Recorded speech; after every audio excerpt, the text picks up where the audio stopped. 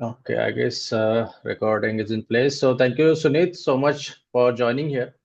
So guys, Thank you. Sunit Oak is primarily heads the customer success department with Shovel, and Sunit would definitely tell us more about what he is into, what the company is for, and a few things about his journey, and then probably we'll get away with some questions on CS department, the challenges, and some modern day practices that makes this department better. Over to you, Sunit. Please give a quick introduction about yourself and the company. Sure. Thanks, Nikhil. So I'm the head of customer success at Showell. So Showell is a sales enablement platform. We are based in Helsinki, and Mm-hmm. I've been working here since past 4 years, more than 4 years now.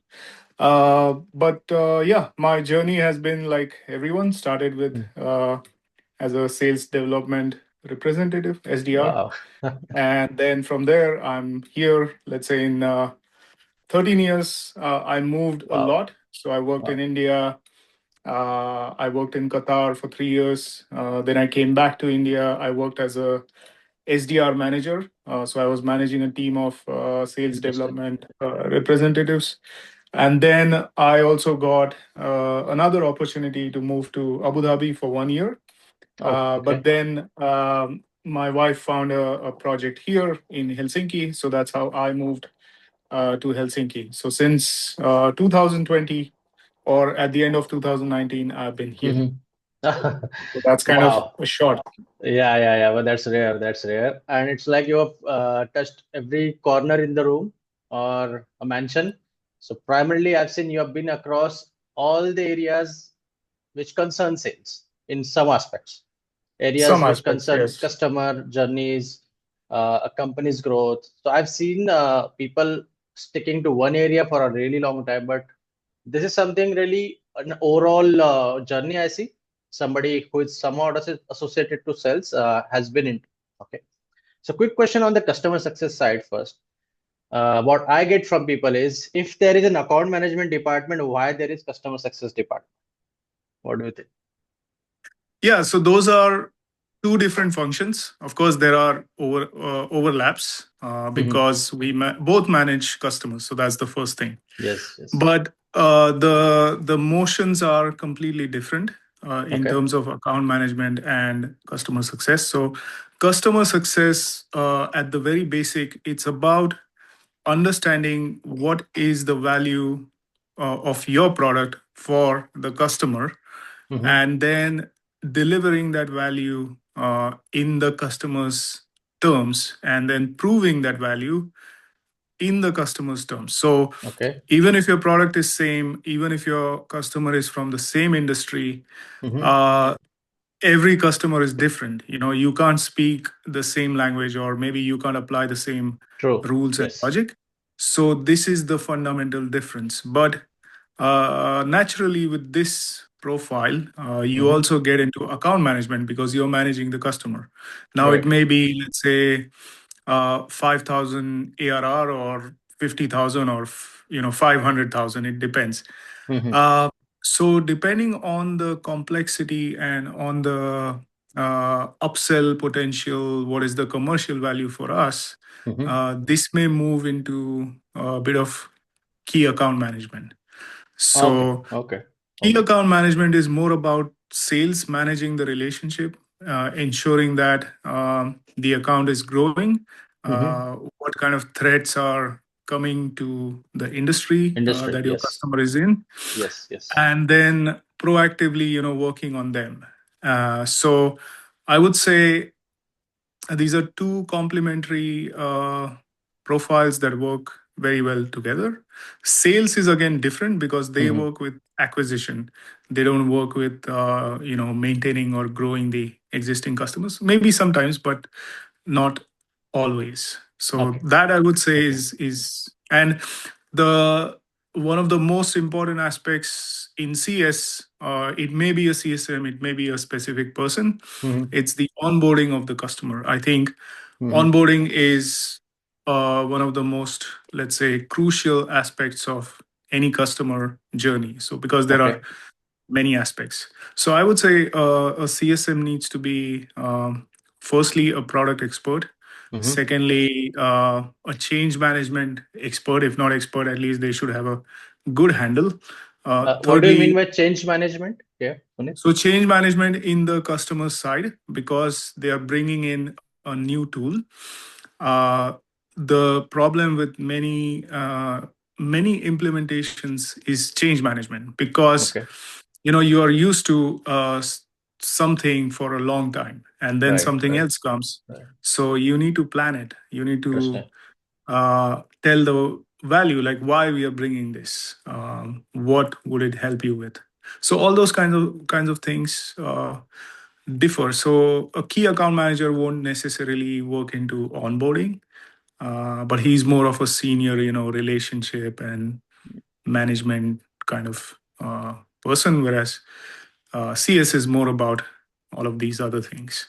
Yeah, I mean somebody who's just running around the peripheries, keeping a bird's eye view on what is happening around and chiming in when there Yes. is a requirement. But the CS team is Yes. actually a bit closer to your customer once the customer is Yes. inside the house, right? So Yes. overall help and support you can build around being vigilant about what they might need or which they don't need. Based on that, you Yeah. prioritize, right? Interesting. Yes. Interesting. One of the things for a CSM is not to come off as desperate for revenue, upsell, because you are Okay. there as an advisor. You're not there as a, let's say, a person who wants additional revenue from the customer. And I also Yes. think that if you do your job well, upsell is a result. It's not a Aha. goal that you chase. Absolutely. Okay.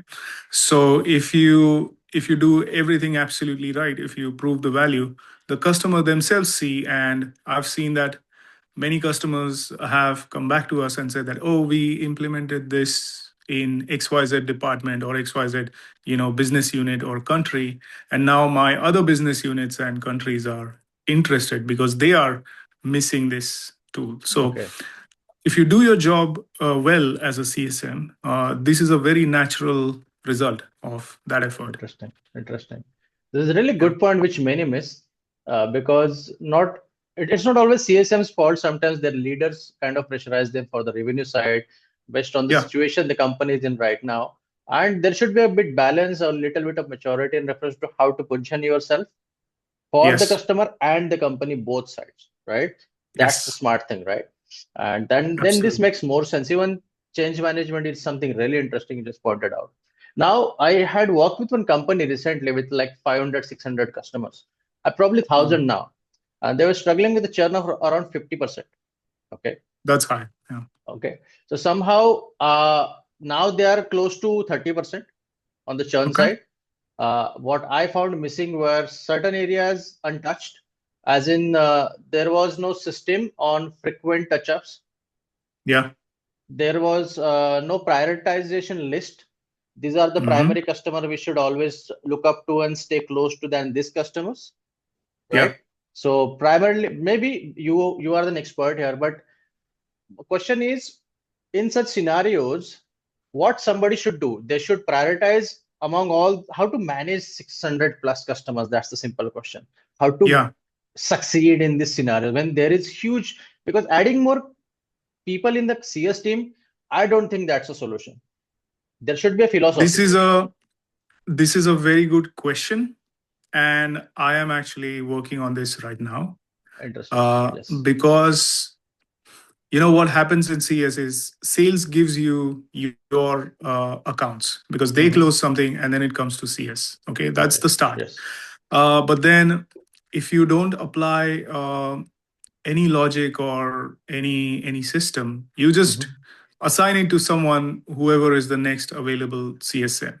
Hmm. Now this works fine up to some level, but the problem with what you mentioned, if there are like 600 accounts, the first thing I would do is I would not treat them all as equal. Okay. Okay. Okay. So, first thing you need to do is you need to understand, let's say your ARR is 1 million. Okay. Okay. And out of those 600 customers, it might be that 100 of those customers or 200 of those customers bring in, let's say, 60, 70% of the ARR. Okay. Mm-hmm. And then the rest 30 is just volume, and they're just adding up small amount in Mm-hmm. total. So Mm-hmm. that is the first thing to look at. Okay. Then it's not to say that these 300-400 smaller accounts are not important, but just there is a different motion to these accounts. Mm-hmm. Now, further, you have to define the systems that will support these kind of customers. Okay, just Mm-hmm. adding CSM. Okay, today I have 600 accounts. Tomorrow I may have 700, so I need like two more CSMs. No, Yeah, that yeah. in that logic, you might go up to 50 CSMs in a few years. You just So hit the you nerve need, there. Yeah, yeah, so you need systems and you need logic in place, yeah. Mm-hmm. and you need monthly or let's say quarterly checks on which accounts are working. So there may be, I'll give you an example. So there is Mm-hmm. a very high value customer who doesn't need us to meet them every, let's say, 3 months, although we Okay. should, but some customers are resistant. Right. So somehow we need to treat that as a very, let's say, low engagement customer. Okay. Mm-hmm. So in that sense, a CSM can have such 30-40 accounts, but there may be some customers who are small in ARR, but high in engagement and high in complexity and high in, let's say, what the upsell potential is. They may start small, but they may go high. So what I'm trying to say is build a system that makes sense. There has to be a logic on how you apply the accounts to each person, and then divide the customer base into, let's say, a scaled CS model. Scaled CS means managing hundreds of accounts based on automations, and then you add like a mid-market CSM or two, who handle like these kind of small customers, low complexity, low engagement. But then there may be enterprise customers who are high value, high engagement, high complexity, and you need Interesting. someone who is very capable, and who also has like a high, let's say, high value for the company. Some customers, we call them as marquee customers. So Mm-hmm. Mm-hmm. those should, I think, irrespective of what the potential is, those should be managed very well, Okay. because it's not just about a transaction, it's about relationships, right? For example, we started with one customer since the beginning and they are still a customer.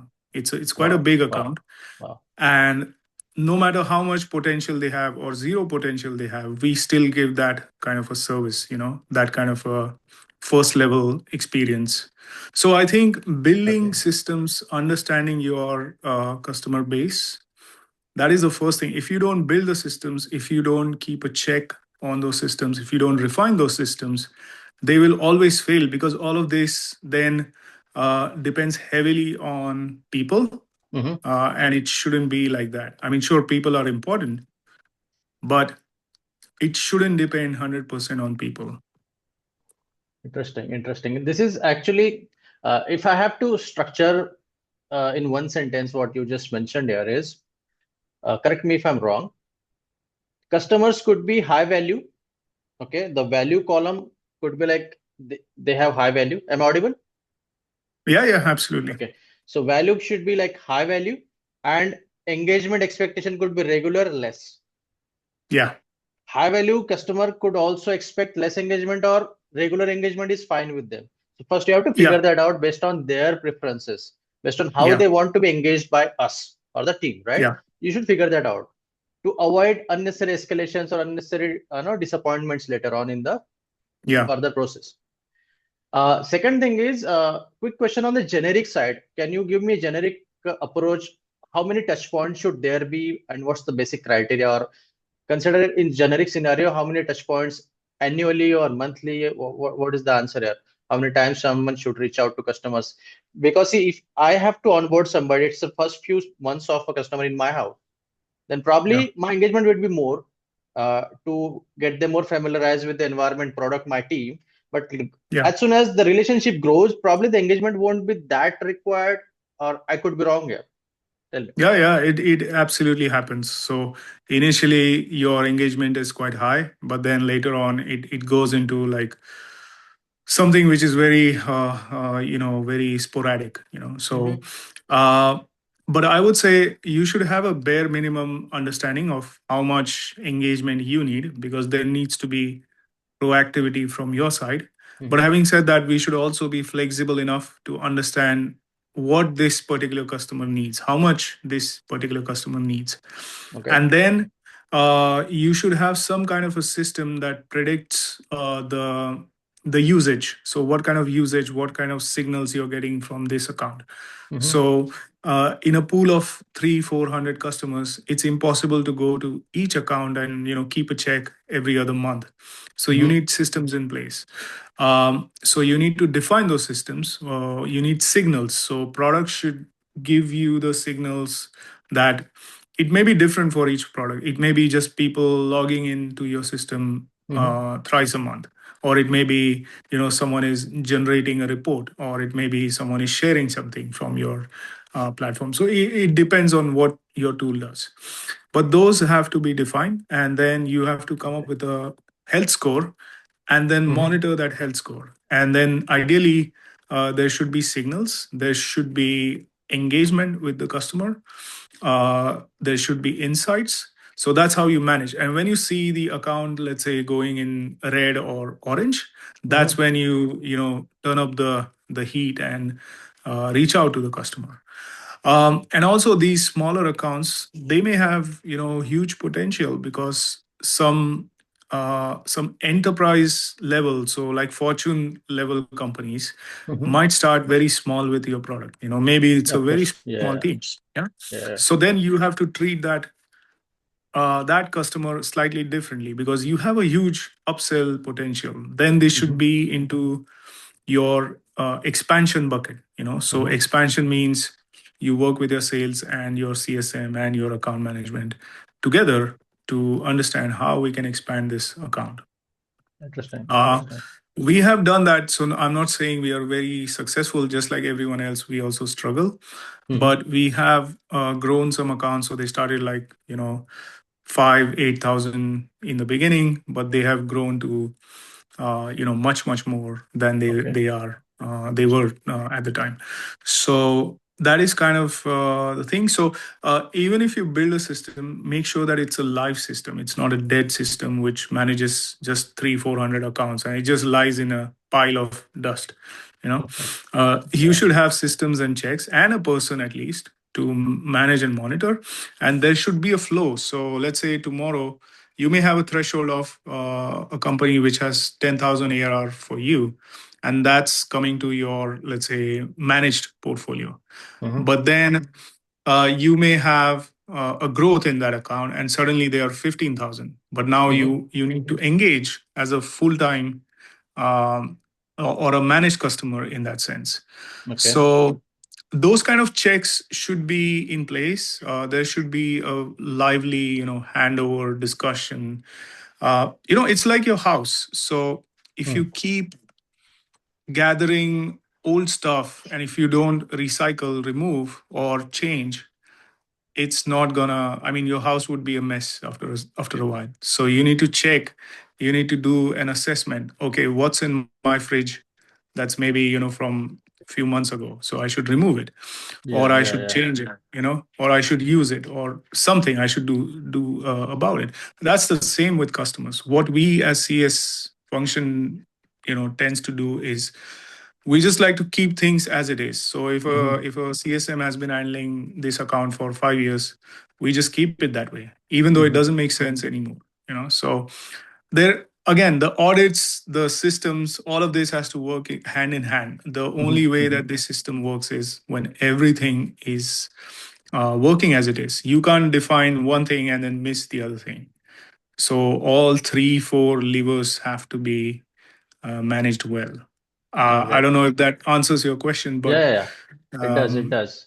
It actually yeah, expands my question without being asking. So, yeah, really, really good here. One quick question, the buzz question these days is, where do you see AI actually benefits CS department? Have you any use cases, any tools, whatever that comes to your mind, huge, which, okay. huge. AI is an asset.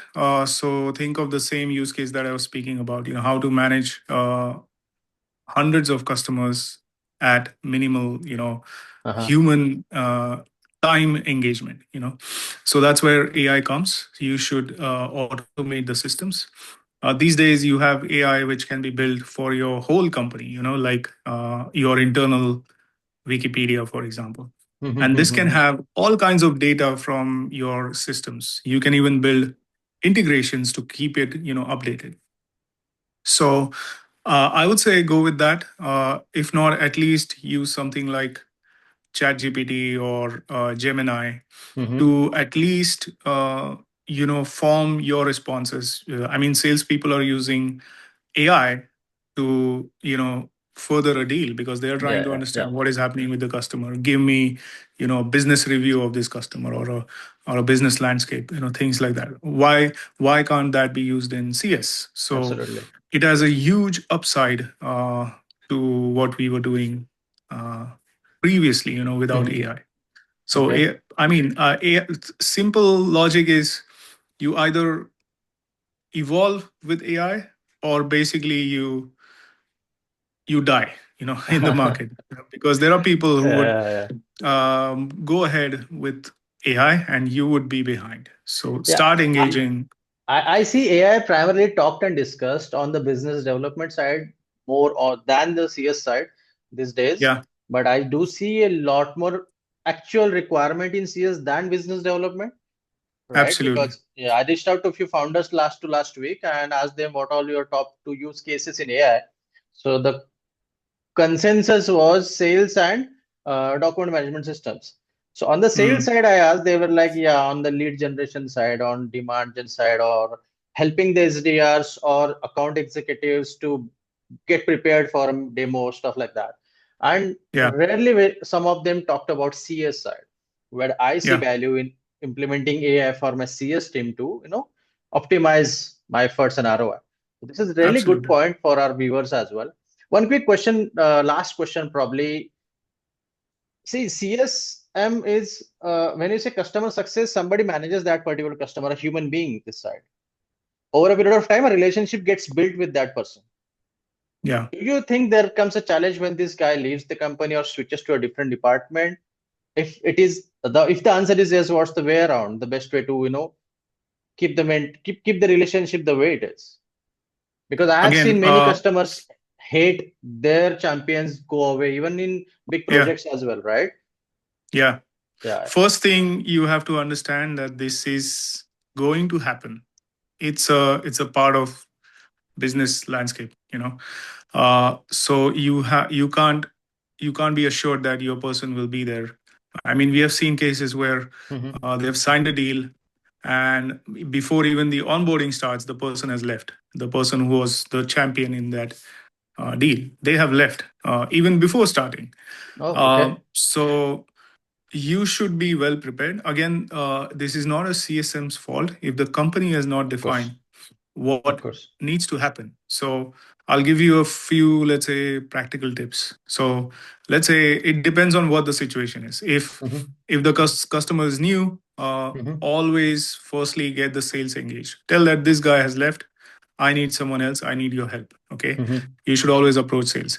Now if a customer is, let's say, 5 years old, you have worked with them for a while, the first mistake that you do is engaging with just one stakeholder in that account. So it can Hmm. be the admin of your workspace, it can be the person that brought your system. But as a CSM, you need to spread your wings within that account. So you need at Hmm. least few people, or you should at least know whom to reach out if this person leaves. So Hmm. ideally, you should have.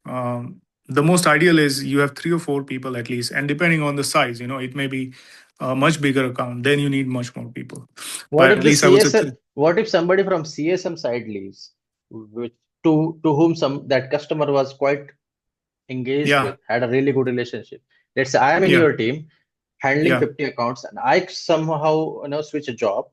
What will yeah. happen to those 50 relationships? What's the way around there as well? Yeah, so firstly, get the best possible notes from the person that's leaving, the CSM that's leaving. They should have a handover ready at all times.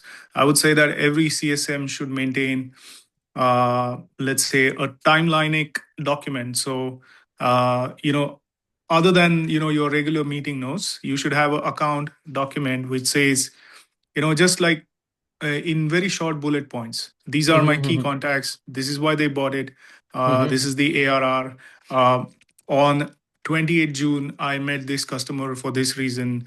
We enabled XYZ feature on 15th August. We Mm-hmm. enabled, you know, this and that. They downgraded on, let's say, 15th of October, for example. Mm-hmm. So, you know, like you build a timelining map, and you should always have you know, what is coming next. So what is my next meeting coming up Interesting. in that document, and what is the topic?